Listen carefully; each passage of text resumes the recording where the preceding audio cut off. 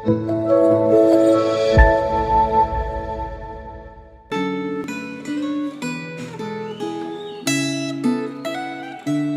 saudara, kembali lagi bersama saya dalam Renungan Refleksi Gema tanggal 7. Hari ini kita merayakan Kristus yang mati bagi kita.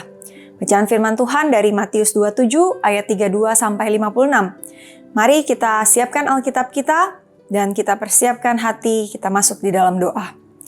Tuhan Bapa yang baik, kami sungguh bersyukur Tuhan untuk kasih setia Tuhan dalam hidup kami. Dan juga kesempatan hari ini kami boleh kembali memulai aktivitas kami dengan membaca dan merenungkan firman-Mu bersama-sama. Engkau mau berkati setiap kami. Biarlah hati kami boleh seperti tanah yang subur yang siap untuk menerima firman Tuhan. Berkati setiap kami Tuhan. Di dalam nama Tuhan Yesus kami berdoa. Amin. Bapak Ibu Saudara, saya suatu waktu sedang membaca sebuah artikel. Kemudian saya membaca komentar di sosial media itu. Bagaimana ada orang-orang, terutama dari agama tetangga kita, yang berkomentar dalam artikel tersebut. Banyak yang bilang, kalau nggak mungkin Tuhan Yesus itu adalah Tuhan. Kenapa? Karena menurut mereka, nggak masuk akal kalau Allah itu berkorban untuk ciptaannya. Buat apa dia capek-capek berkorban untuk ciptaannya? Well, saudara, ketika saya membaca komentar-komentar demikian, saya menyadari kalau ternyata bagi dunia, apa yang Tuhan Yesus lakukan, salib adalah suatu kebodohan. Hari ini kita merayakan Jumat Agung. Kalau di luar mereka menyebutnya Good Friday ya saudara. Tapi saya lebih setuju dengan sebutan dalam bahasa Indonesia, Jumat Agung. Karena buat saya, kematian Yesus bukan hanya sesuatu yang sekedar good, tetapi lebih dari itu. It's remarkable, extraordinary. Sesuatu yang luar biasa, yang agung, yang mulia.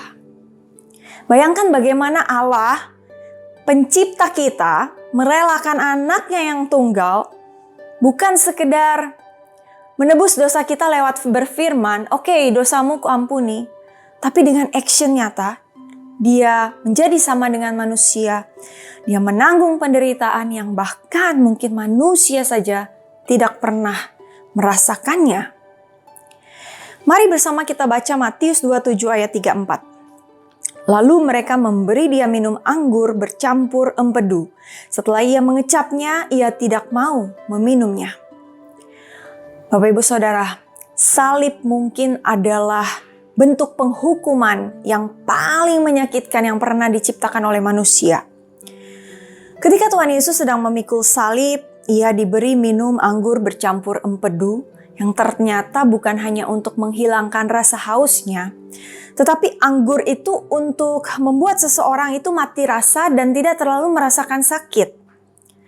Artinya, ketika Yesus mengatakan tidak mau meminumnya, Yesus betul-betul ingin merasakan secara total, menerima hukuman sepenuhnya. Tuhan Yesus bisa aja memilih cara yang sedikit lebih enak. Tetapi yang dia pilih adalah untuk taat secara total. Nah Bapak Ibu Saudara, ketika saya menyiapkan bahan refleksi Gema hari ini, saya membaca artikel-artikel tentang penyaliban Yesus. Katakan paku yang dipakai itu sekitar 20-an senti dipaku, merusak saraf-saraf utama di bagian tangan dan kaki. Dan ketika badan Yesus diangkat ke salib, semua beban tubuhnya bertumpu pada pergelangan tangannya ini. Sehingga seluruh sendi di bahu, di siku, semua mengalami dislokasi. Bahkan untuk bernafas saja itu udah sangat menyakitkan. Tetapi di dalam Alkitab dicatat, walau begitu tersiksa, 7 kali Yesus berusaha mengatakan ampunilah mereka, sebab mereka tidak tahu apa yang mereka perbuat.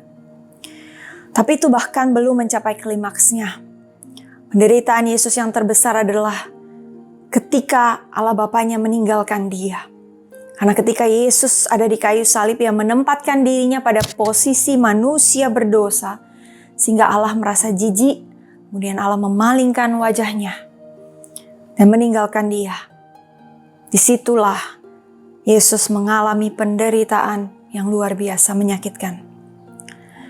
Saudara, ketika menonton film Passion of the Christ, saya yakin saudara juga pernah menontonnya, dan mungkin reaksi saudara sama seperti saya. Saya menangis sejadi-jadinya, saya marah pada orang yang mengejek, menghina, menyiksa Yesus. Kenapa Tuhan Yesus, Yesus saya, Allah saya, kamu lakukan sedemikian? Kamu perlakukan dengan begitu hina, begitu parah. Tapi kemudian saya menyadari kalau saya termasuk salah satu dari orang yang turut menyalibkan Yesus. Yesus yang tidak berdosa harus menanggung semuanya demi kita, agar dosa kita dibasuh oleh darahnya, agar kita boleh menerima pengampunan dari Allah.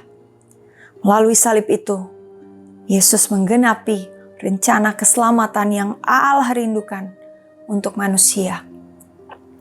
Bapak Ibu Saudara, selama kita menjadi orang Kristen, sudahkah kita merayakan Jumat Agung dengan sungguh-sungguh merenungkan, mensyukuri anugerah keselamatan yang Tuhan berikan lewat kayu salib itu?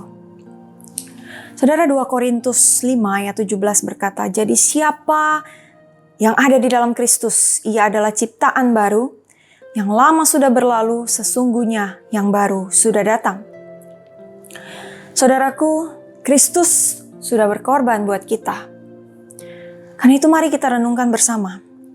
Sudahkah kita hidup sebagai manusia baru yang telah ditebus oleh Kristus?